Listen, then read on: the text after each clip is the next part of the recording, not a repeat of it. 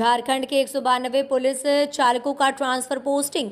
झारखंड में पदस्थापित राजधानी राज्य के 152 पुलिस चालकों का ट्रांसफर पोस्टिंग किया गया है।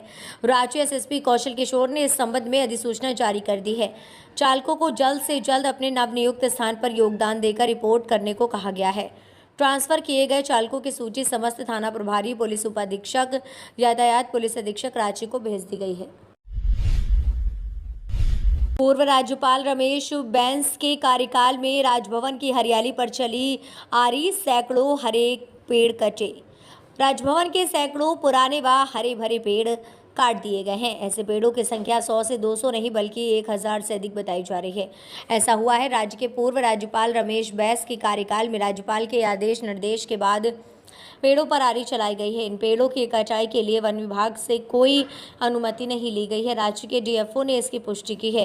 उन्होंने कहा कि ना तो उनसे पेड़ काटे जाने की अनुमति ली गई और ना ही उन्हें इसके बारे में कोई जानकारी दी गई है। डीएफओ कहते हैं कि आय प्रमाण पत्र भेजिए, हम राज्यपाल के प्रधान सचिव से बात करेंगे।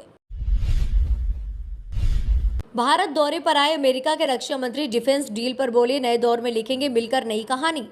अमेरिका के रक्षा मंत्री लॉयड जे ऑस्टिन इन दिनों भारत दौरे पर आए हुए हैं। इस दौरान उन्होंने विश्व पटल पर तेजी से बदल रही स्थितियों को देखते हुए भारत के साथ रक्षा उत्पादन, रक्षा तकनीक के सेक्टर में नई परिस्थितियों के अनुरूप नई कहानी लिखे जाने को लेकर जोर दिया। दोनों देशों के रक्षा मंत्रियों ने भविष्य के रक्षा औद्योगिक सहयोग के लिए एक नए रोड मैप के समापन की घोषणा की। उन्होंने तेजी से ट्रैकिंग प्रौद्योगिकी में सहयोग, air warfare, land mobilisation technique पर काम करने की बात कही।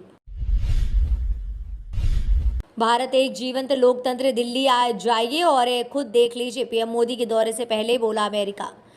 अमेरिका ने भारत में पीएम मोदी के नेतृत्व में लोकतंत्र की सेहत को लेकर चिंताओं को खारिज किया है। अमेरिका सरकार ने कहा कि भारत एक जीवंत लोकतंत्र है, जो कोई भी नई दिल्ली जाएगा वो उसे खुद देख सकता है। व्हाइट हाउस में राष्ट्रीय सुरक्षा परिषद में राजनीतिक संचार के कोऑर्डिनेटर जॉन किर्बी ने कहा कि अमेरिकी प्रशासन लोकतंत्र से जुड़ी चिंताओं को व्यक्त करने से नहीं कतराता है। राजस्थान में इस दिग्गज नेता के चेहरे पर चुनाव लड़ेगी बीजेपी, बढ़ जाएगी सत्ता में वापसी की उम्मीदें।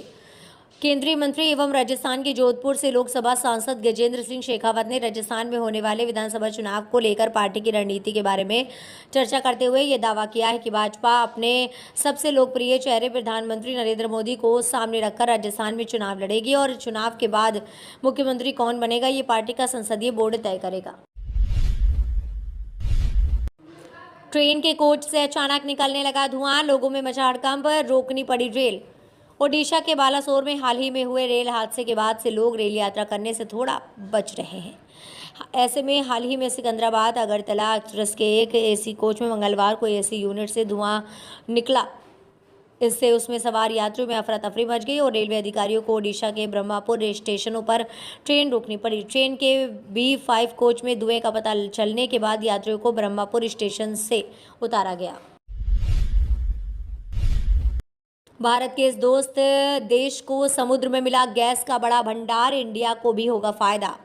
भारत के दोस्त इजराइल के हाथ ऐसा खजाना लग गया है जिससे उसकी किस्मत बदल सकती है।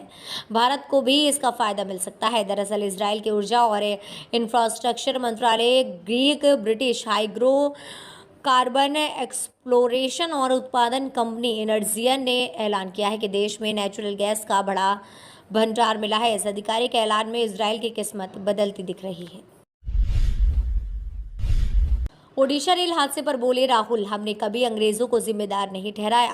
कांग्रेस नेता राहुल गांधी ने प्रधानमंत्री नरेंद्र मोदी और बीजेपी पर निशाना साधते हुए कहा कि वे भविष्य के बारे में कभी बात नहीं करते और हमेशा अपनी विफलताओं के लिए अतीत में किसी न किसी को दोषी ठहराते हैं।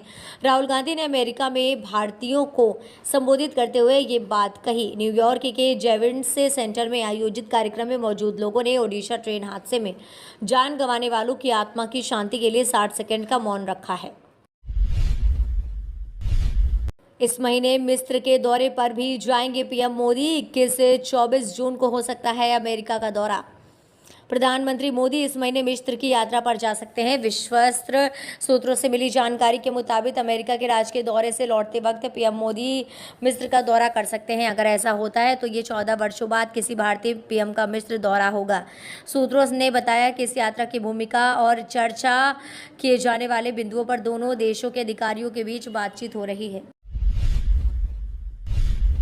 नीतीश कुमार की हालत अंधों में काना राजा जैसी, प्रशांत किशोर का बिहार सीएम पर हमला।